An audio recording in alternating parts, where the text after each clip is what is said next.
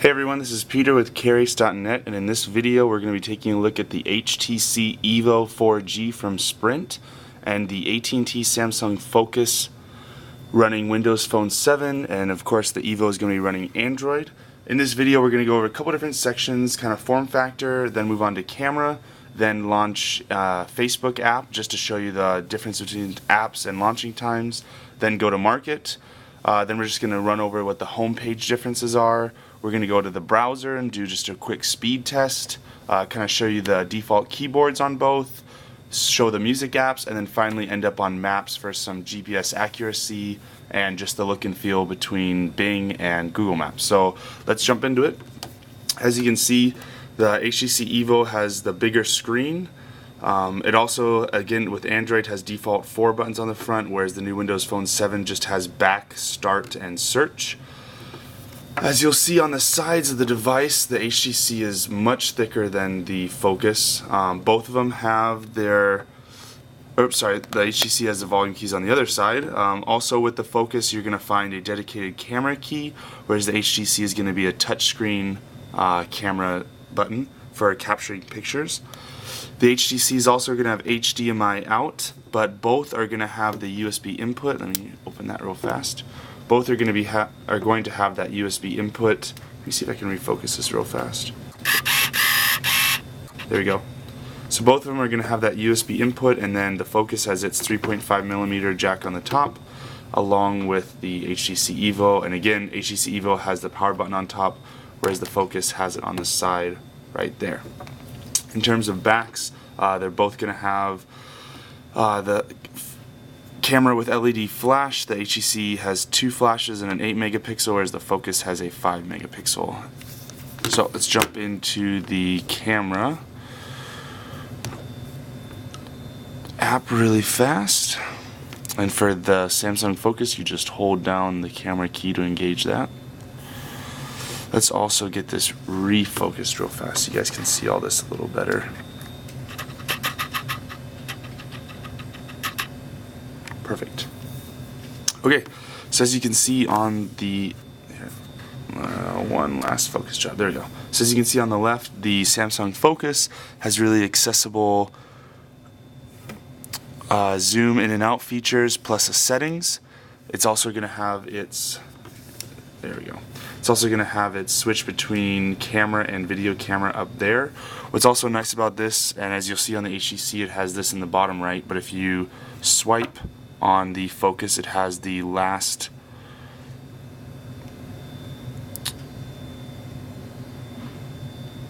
let me just skip through the SkyDrive real quick. As the last video that you took, whereas the EVO goes to the default camera, or the default media viewer, sorry, and going back will put you in back, and you can either push back or you can swipe to the right. Here, let's do that again. Go back into it. Okay, and as far as zooming goes, the HTC is going to have it right there as the plus and minus button. The Focus is going to have it right there as also the plus and minus button. Taking a picture with the HTC EVO again is the touch screen, whereas the Focus is going to be the button. Going into our settings, we will see that the Focus has many more options in terms of customization for taking pictures on Windows Phone 7. The EVO does a pretty good job, but again, nothing compared to the depth of the Samsung options on this phone.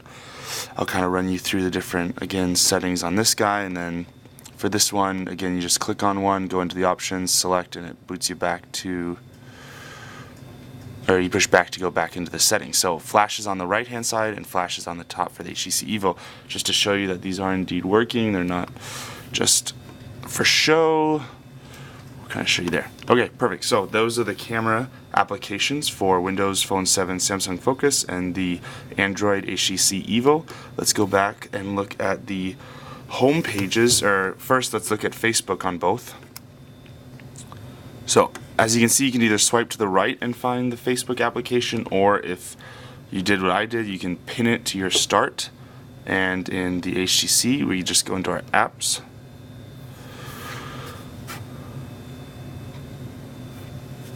So as you see with the Android, it's instant for loading the application, whereas on a Windows Phone it has to load. And these are going to be some of the differences between Android apps and Windows Phone 7 apps, in that for Windows Phone 7 you have the categories and lists type of view, whereas on Android it could be anything from this type of view to the tiles to the icons, all that kind of stuff. So as you can see on the bottom of the HTC, with the updated app, it has scrollable pictures. Here this feature is coming to the Windows Phone one, so all you Windows Phone 7 owners out there can just hold on real tight. I'm sure you will get into that real soon.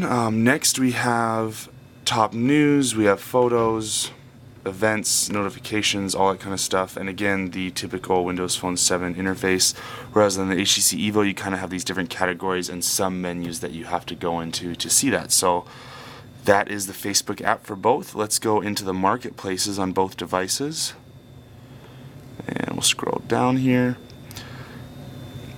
As you can see with Android, it splits it up into three main categories first: apps, games, and Sprint applications, and then once you go into those, it has the subcategories of all the different applications that you can do, that you can download and find. You can also have this search button up here. On the market, you're going to have your carrier app center at the top, or carrier app market, excuse me, and in this case it's the at&t app center. Then you have a manufacturer's market, the Samsung zone, and then after that you have apps, games, and music. Again, what's the differentiating factors between these two markets and operating systems is the fact that Windows Phone 7 has that Zune integration, so you can order music through it, whereas Android does not have that option. You'd have to download a separate application like Amazon Music, for example, to have that feature.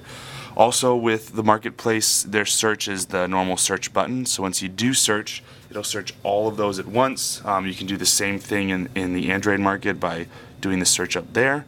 Real quick, we'll take a look at the keyboards. Again, on the right, this is the stock HTC keyboard, and on the left is the stock Windows.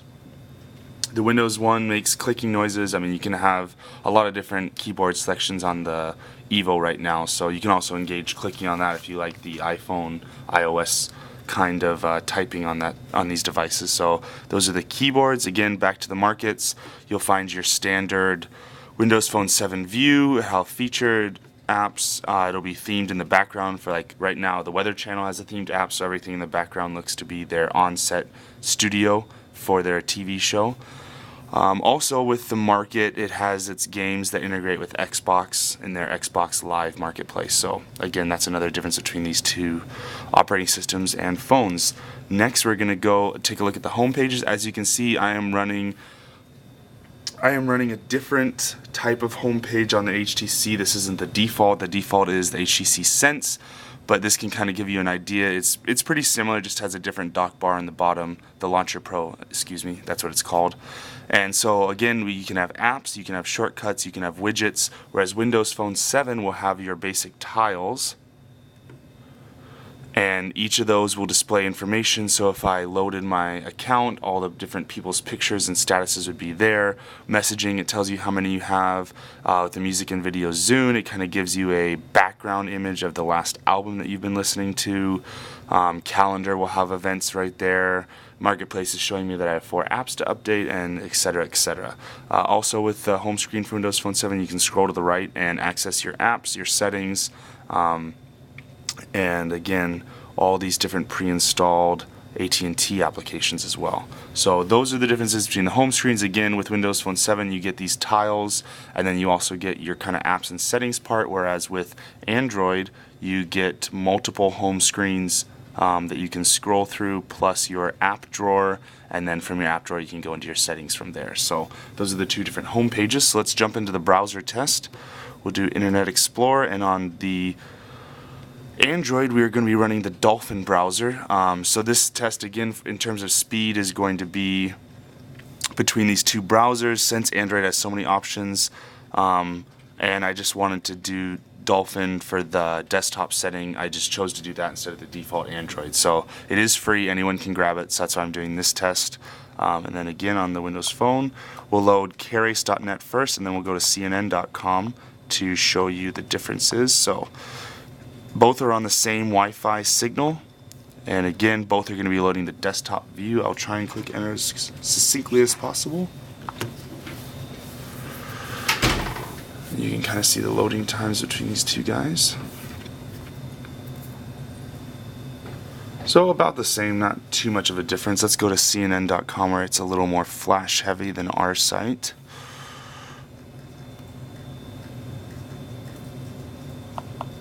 You can kind of hear that iOS style of sounds when you are typing in a website, and it also has a different sound for punctuation than letters. You can tell the difference when you're typing. So CNN.com, again, I'll try and click them at the same time.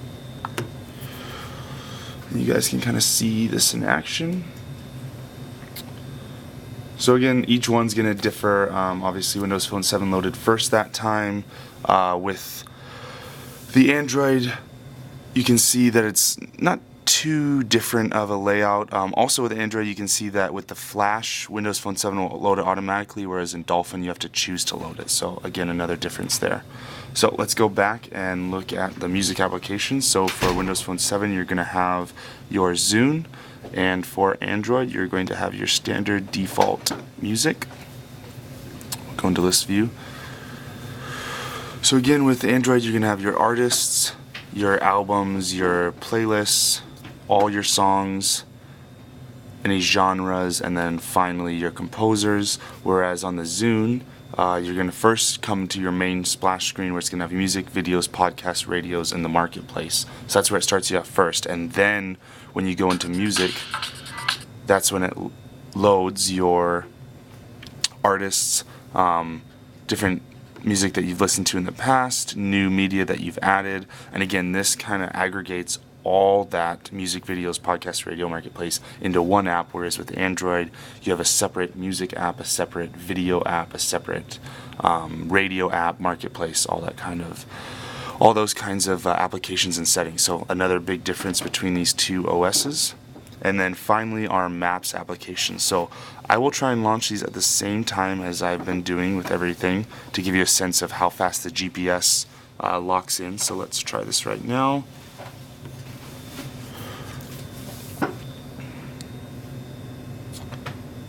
And so as you can see, it locks in fairly quickly on both. Both are going to have that wide radius at first, and then the accuracy is going to go down on it. We'll go into here and we will change it from satellite view. Let me see. Oh, there you go. So again, these are kind of the differences between the Bing Maps. Bing Maps is a little more grayscale than Windows phones, or than Android. Again, on Android,